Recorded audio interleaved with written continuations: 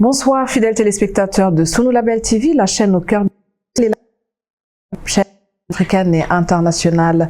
Alors ce soir, je reçois une journaliste. Son visage vous est très connu. Il s'agit de Madame Diarra Ndiaye, avec qui nous allons revenir essentiellement sur son parcours et aussi sur ses projets futurs.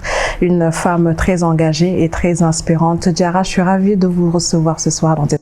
Merci infiniment, Benda, pour cette invitation et bonjour à l'ensemble de vos téléspectateurs. D'accord. Comme je disais tout de suite, vous êtes journaliste jusqu'à présent. Quelles sont les étapes qui ont marqué le cours de cette décennie? Écoutez, Penda, une belle question d'introduction parce qu'effectivement 2024 marque les 10 années de ma carrière en tant que journaliste. Je pense que ces 10 années montrent également un parcours jalonné de belles perspectives pour l'Afrique. Je pense que je fais partie de ces acteurs qui montrent un narratif différent parce qu'on a une Afrique qui brille, on a une jeunesse qui a un potentiel fort et qui ne demande qu'à l'exprimer. Et à travers la télévision, à travers la radio et à travers tous les canaux aujourd'hui que je monte, c'est cet objectif qui est c'est cet objectif qui est très important pour moi, de montrer que l'Afrique a son mot à dire dans ce monde et dans cette géopolitique mondiale. Les événements vous ont particulièrement, vous pourrez peut-être nous partager? Des événements marquants, peut-être les premières émissions, comme tout journaliste qui débute dans sa carrière. D'abord avoir France, puisque je suis arrivée à l'antenne de façon inopinée. J'étais d'abord journaliste rédacteur. Et donc j'écrivais plutôt avant d'être à l'antenne. On m'a poussée pour être à l'antenne, donc j'ai testé et j'ai beaucoup apprécié. Et c'est comme ça que d'ailleurs j'ai commencé à démarrer au sein d'Africa 24 le journal, la présentation de journal et de magazines politiques, économiques, très intéressants avec diverses thématiques de société. Et ce que j'appréciais énormément, c'est cette dynamique panafricaine, ce qui m'a toujours habité finalement. On connaît Diarra Ndiaye en tant que Sénégalaise et j'en suis très fière. Mais l'idée, c'est aussi de faire rayonner l'ensemble de ce continent et de manière unie avec une seule voix parce qu'on a quand même des combats à porter. Et ça m'a toujours animée durant mon début, en tout cas, de ce journalisme. Et au-delà de cela, il y a l'interaction avec les collègues, il y a également toutes ces collaborations et toutes ces rencontres lorsqu'on sillonne le continent africain et au-delà, puisqu'aujourd'hui, on a quand même un beau rayonnement à l'international, donc on a la chance de rencontrer de nombreuses personnalités et personnes anonymes qui, dans l'ombre, font des choses extraordinaires, promouvoir, et c'est ce que je faisais au sein du magazine Alors on dit quoi sur RFI, parce que pour moi, donner la parole à cette jeunesse africaine, c'est extrêmement primordial, et il faut aller chercher ces personnes qui sont peut-être à Guédiawaye, qui sont au fin fond de Kédougou, mais qui n'ont pas l'opportunité forcément de s'exprimer, mais qui ont de belles choses à raconter, qui ont de magnifiques parcours. Et moi, c'est ce que j'adore dans ce métier, c'est que chaque jour est différent. Et ça, c'est une chance. Vous avez une spécialité un petit peu dans l'économie, finance. On vous a beaucoup vu dans les émissions financières, par exemple, ou encore Réussite Magazine, absolument, avec Robert Brazza, autant pour moi, ainsi que des panels que vous animez un peu partout aussi dans le continent. Oui. Et ça, c'est important parce que l'économie africaine est très spécifique. On a beaucoup de personnes évoluant dans le secteur informel, mais on a également de magnifiques réussites qu'il fallait montrer. Et c'est une particularité de notre continent. Il est possible de faire des choses. Il faut croire en soi, bien évidemment, mais il faut aussi montrer qu'on a une dynamique particulière et que l'avenir se jouera pas autre part.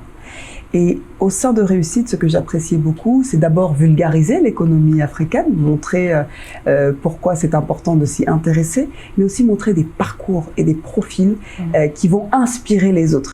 Montrer effectivement peut-être qu'aujourd'hui, on commence en étant boulanger, mais que demain, on peut maîtriser toute une industrie et tout un écosystème en se donnant les moyens. Et c'était une belle plateforme pour montrer qu'on a des pépites dans de nombreux secteurs d'activité. Exactement. Ensuite, vous avez fondé une association ici au Sénégal pour l'éducation des jeunes enfants, l'ABC pour tous. Alors, qu'est-ce qui vous a inspiré à créer cette association? Eh bien, figurez-vous, Penda, que c'était un voyage tout simple au sein du village natal de mon père, qui s'appelle Ngoïtiandigue, dans la région de Diourbel. Et on visitait, voilà, comme ça, le village, et on était en train d'échanger avec le directeur de l'école qui m'expliquait un petit peu l'état de l'école de Ngoïtiandigue. Il y avait à ce moment-là une classe qui n'était pas encore terminée, mais les élèves n'avaient pas le choix et exerçaient avec leurs professeurs là-bas, dans des conditions plutôt précaires. Le matériel scolaire, rendez-vous également, il manquait beaucoup d'ouvrages. Et je pense que Mandela l'explique très bien, l'éducation est une arme inébranlable. L'éducation est une arme qu'on doit prendre, surtout dans nos États africains. Et je me suis dit, pourquoi pas essayer d'aider, et spécifiquement le milieu rural, d'abord en faisant des plaidoyers. Les petites filles, malheureusement, sont les premières sacrifiées lorsqu'il s'agit d'enlever un enfant à l'école, pour des raisons financières, mais aussi pour des raisons économiques, parce qu'effectivement, les filles souvent travaillent avec leur maman au sein du foyer. Donc d'abord des plaidoyers au sein des imams, au sein des élèves, au sein des parents, et au sein des enseignants également. Et puis ensuite apporter cette dynamique avec du matériel scolaire, parce que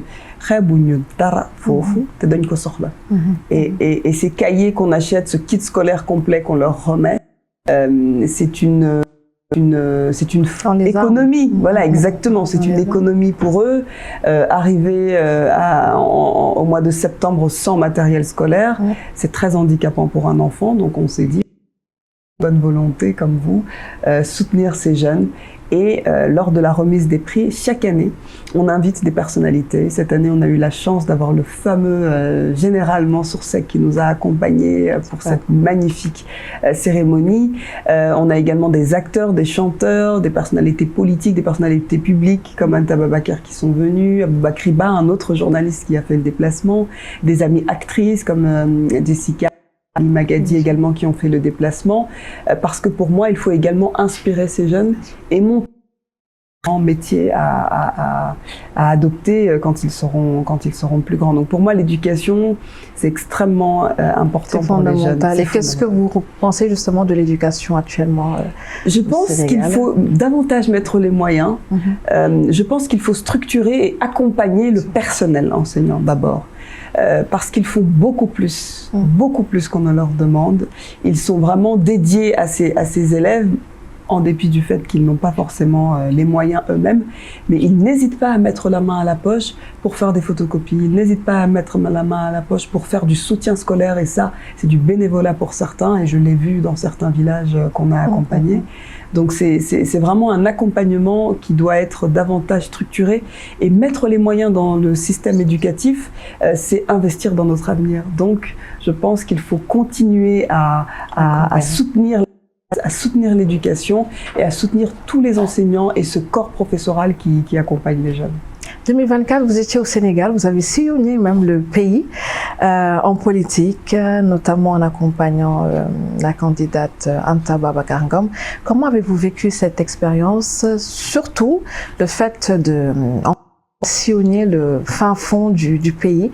Je pense que c'est beaucoup de rencontres, encore une fois, une expérience assez enrichissante. C'est très enrichissant, Penda, vous avez absolument raison. D'abord, je recommande à tout le monde cet activisme citoyen. Je suis d'abord une citoyenne sénégalaise et je pense qu'il est important de s'imprégner de cette dynamique de décision, parce que cette carte d'électeur vous permet aujourd'hui de choisir le président de la République. Et donc, il ne faut pas négliger cet aspect-là, s'investir et accompagner cette dynamique citoyenne. Ça a été pour moi un enrichissement total. D'abord, effectivement, en sillonnant 2 fois le Sénégal, les 14 régions du Sénégal. Ensuite, en rencontrant ces Sénégalais pour les écouter, recueillir leurs préoccupations. Et à côté d'une dame de fer, une capitaine d'industrie qui en plus d'être attaché à son pays, un véritable amour patriotique pour le Sénégal, c'est un engagement qui a été, un sacrifice qui a été mis en place pour elle durant toute cette année. Et de voir les Sénégalais la découvrir autrement, passer de capitaine d'industrie à une femme, et politiquement, ça a été un véritable bonheur et un honneur pour moi, parce qu'en échangeant avec les Sénégalais, en s'enquérant de toutes ces préoccupations et à cet attachement, finalement, nous aimons notre pays, mais maintenant il faut accompagner et structurer cette dynamique politiquement, économiquement, et soutenir les jeunes aussi, parce que j'en ai rencontré énormément. Et je pense qu'aujourd'hui, nous avons un pays riche, nous avons un pays avec une potentialité, avec des potentialités même énormes. Et je pense que, voilà, nous sommes également actuellement en campagne électorale pour les législatives. Il ne faut pas rester dans son coin et se dire que les législatives n'ont pas d'enjeu. Au contraire, il faut investir cet hémicycle avec des députés qui seront notre voix au sein de la nationale. Et je pense qu'il y a des combats notamment des femmes, et pour l'éducation et pour les jeunes, et c'est maintenant que cela se joue. Donc, Vous parlez beaucoup de jeunes, 70%, c'est le chiffre recueilli, le pourcentage ici au Sénégal. En les voyant, quels sont aujourd'hui les défis spécifiques auxquels le contexte, rencontrés en tout cas au sein de ce contexte? Écoutez, je pense qu'ils sont tellement nombreux, les défis sont de taille, les défis sont nombreux, mais il y a énormément de choses à tirer de cette jeunesse, qui est créative, qui innove et qui en plus en veut. C'est-à-dire qu'au quotidien, la vie se joue au jour le jour. Donc les défis sont tellement nombreux en termes d'employabilité des jeunes, en termes de lutte contre le chômage des jeunes, en termes de précarité également de ça. Donc il y a tout un écosystème bien sûr au niveau de l'entrepreneuriat qui est très dynamique et qu'on arrive à illustrer à travers différents. Mais il y a également cette société civile qui en veut, qui a envie de faire entendre sa voix, qu'on doit entendre, qu'on doit écouter, que nos aînés aussi doivent s'enquérir, parce que pour moi, l'échange intergénérationnel est important. Nous tendons la main à nos aînés parce qu'ils ont une expérience et une expertise qui peut nous servir, et qui nous sert d'ailleurs, qu'on pourrait faire de manière différente. Je pense qu'on appliquera ça à notre manière avec cette génération 2.0, mais il faut l'accompagner, mais il faut d'abord l'écouter. Et ça, c'est quand même un point où il faut s'arrêter, parce que pour moi, on n'est pas encore entendu. On nous voit, mais on ne nous sent pas assez. Et c'est dans cette dynamique qu'il faut davantage de politiques publiques en faveur des jeunes. Et c'est possible ici au Sénégal. On a un président qui a 45 ans, effectivement, jeune. Donc cette dynamique-là, on la sent au niveau de nos autorités, on la sent au niveau des directions également. Je pense que c'est déjà une bonne impulsion pour montrer et inspirer les autres jeunes qui peuvent s'impliquer dans le système et politique, et économique, et sociétal du Sénégal. Toujours dans cet écosystème, aujourd'hui on est à l'heure de l'intelligence artificielle, du numérique et tout ce qui nous entoure. Est-ce que le Sénégal aujourd'hui est apte, en tout cas, à se, je dirais pas à s'accaparer de ce qui nous vient, mais est-ce qu'on est vraiment prêt aujourd'hui à faire face à tous ces défis? Moi, je pense que le Sénégal est prêt. Plus que prêt. Le Sénégal, encore une fois, a cette dynamique et ce rayonnement international qui nous est propre. Et c'est peut-être 19 millions d'habitants aujourd'hui sont composés de jeunes qui sont totalement en alerte sur ces questions du numérique et sur ces questions du digital. Il y a quand même 80% de population analphabète. La fracture numérique, oui, on peut en parler, mais cette fracture numérique ne doit pas empêcher l'envol du digital. Aujourd'hui, si effectivement les jeunes ont des téléphones portables, c'est pour les réseaux sociaux. Mais ces réseaux sociaux peuvent être utilisés de façon très intelligente, en apprenant des choses Je peux être un vecteur. Aujourd'hui, je peux être basé à Dakar, mais écouter l'information en Russie, en Ukraine, en France et partout dans le monde, parce qu'on est connecté, on est face à une génération connectée. À nous de rendre cet atout du numérique et de le transformer, d'abord en rendant accessible ce côté numérique, la connexion coûte cher. Diarra. Oui, oui. Ça, en tant que journaliste, je suis obligée de m'arrêter là-dessus, effectivement. Parce que l'information aujourd'hui est capitale. Et on est face à un envol impressionnant des fausses informations qui circulent et le temps que prend justement le système de fact-checking pour démonter ces fake news est énorme. C'est vraiment énorme. Donc le flux d'informations est énorme. Et aujourd'hui, les communications passent également sur le flux WhatsApp. Donc c'est encore plus difficile de combattre cela, mais à nous d'informer. Et moi, je salue quand même le travail des journalistes comme vous, ici au Sénégal, qui sont très en alerte sur cette question de la qualité de l'information. Prenons le temps de vérifier cette information. Prenons le temps de recouper l'information. Prenons le temps d'aller vers les personnes et d'aller demander cette information. Et de s'informer, c'est extrêmement important, nous-mêmes en tant que journalistes, et de lire, bien évidemment. C'est aujourd'hui une tare, on ne prend plus le temps de s'asseoir et de lire, de toucher même les ouvrages. Donc je pense qu'il y a beaucoup à faire en termes d'information, mais on a quand même des journalistes de qualité qui sont au Sénégal et qui tentent aujourd'hui de garder, en tout cas de bâtir une information de qualité pour nos téléspectateurs, pour nos auditeurs et pour nos lecteurs. Et comment verriez-vous les médias ces prochaines années, par exemple, toujours Eh bien, unité de cet aspect du digital, beaucoup de digitalisation. Tous les médias aujourd'hui opèrent ce tournant. On opère un tournant au niveau du digital, mais aussi de l'accessibilité de l'info. C'est-à-dire qu'on fait des émissions, on en coupe des capsules. C'est ça qui se répand de plus en plus aujourd'hui. Prendre le temps d'écouter 30 minutes d'interview, c'est beaucoup. Mais couper quelques interventions de Penda Sylla et de mettre ça sur les réseaux sociaux, ça va beaucoup plus vite. Et même à travers, encore une fois, d'autres canaux qui sont très faciles à consommer pour les jeunes et même pour les moins jeunes. Moi, je vois mes parents qui sont également sur les réseaux sociaux et qui s'informent sur ces plateformes-là. Donc, je pense qu'une forte digitalisation de l'information nous attend et beaucoup de médias opèrent déjà en ayant des sites internet. Et pour ce qui est de la télé classique, les radios? Oui, télé classique comme vous, il faut s'adapter. Penda, je pense qu'il y a un excellent travail qui est fait comme dans les chaînes au sein du groupe Label TV. Mais c'est vrai que cette digitalisation prend le dessus, mais en gardant ce côté qualitatif, parce que sur les réseaux sociaux, c'est vrai que et même sur le digital, l'information est beaucoup plus spontanée. L'information est beaucoup plus accessible, mais beaucoup moins travaillée. Elle est spécifique à cette dynamique de la rapidité, de l'instantanéité. Donc, je pense qu'aujourd'hui, il faut conserver ces schémas-là, ces chaînes traditionnelles, mais en opérant un tournant digital à conserver, surtout pour la jeunesse qui a. On va revenir au lancement des Awards de la jeunesse africaine au Sénégal. Pouvez-vous nous parler déjà de ce projet, de sa genèse et surtout, qu'est-ce qui vous a poussé à vouloir créer cet événement pour récompenser les jeunes talents africains? C'est bien plus qu'une récompense, Penda. Je pense qu'aujourd'hui, cette jeunesse a besoin de visibilité. D'abord, tout à l'heure, je disais qu'on ne nous entendait pas assez. Eh bien, je pense que ça démarre par là. Il faut cette visibilité parce que il y a des projets remarquables dans divers secteurs d'activité. On a une catégorie IA nouvelles technologies, bien évidemment, l'entrepreneuriat, le sport, l'éducation, la citoyenneté, l'environnement et la santé.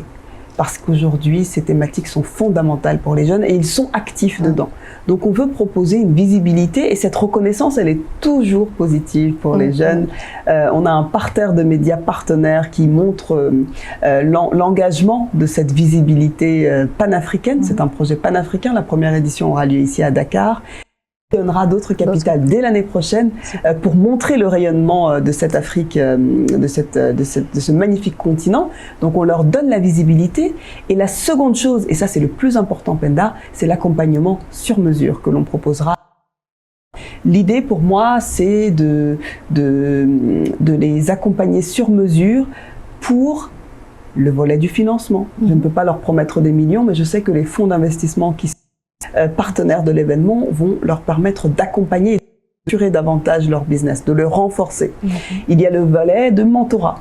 C'est toujours bien d'avoir des capitaines d'industrie mentors, des directeurs et des personnes, des cadres, des hauts cadres, qui donneront de leur temps à ces jeunes pour leur permettre d'avoir un business plus structuré, et pour la société civile d'avoir des organisations de la société civile qui les accompagnent, qui les suivent et qui structureront également le projet, parce que je pense que la société civile a cette voix très importante qui n'est pas là pour monétiser et faire du business, mais qui est là pour nous sensibiliser sur diverses thématiques. Donc on invite également la société civile à rayonner dans ce projet. Et puis on a également des mentors et des coachs en prise de parole en public, des coachs pour davantage renforcer le business, pour de la gestion financière, et puis tout simplement une écoute. C'est toujours bien d'être accompagné, c'est toujours bien d'être conseillé, et je pense que Soleila va construire un nouveau motif qui structure des... Bien sûr, la finalité, c'est aussi d'inspirer, parce que en voyant des exemples de réussite, eh bien, ça peut susciter également l'intérêt des autres jeunes à travers le continent. Justement, quel type de talents et de réussite seront récompensés? Eh bien, de nombreux talents, sans spolier bien sûr les lauréats. Nous sommes actuellement en train nous sommes actuellement en train de sélectionner toutes ces belles pépites. De 500 candidatures, et avec la cofondatrice, les cofondateurs Fatimata Diao et Bill Diarra, que je salue d'ailleurs ici, nous nous attelons à une organisation rigoureuse, c'est-à-dire que nous avons mis en place un comité de présélection composé de personnalités qui donnent de leur temps pour bien sûr sélectionner sur des critères d'innovation, d'impact et de durabilité du projet. Et on a ensuite un jury qui va se charger de sélectionner les 3 pépites par catégorie, et on fera venir ici à Dakar, au sein du musée des civilisations noires, le 29 novembre, les 5 pépites du continent, et qui seront accueillis par le parrain et la marraine, Stanislas Zézé et Fatma Samoura, qui accueilleront, et puis un parterre d'invités bien évidemment, et j'invite vos téléspectateurs et vous-même à venir assister à cette belle cérémonie qui montrera toutes ces pépites.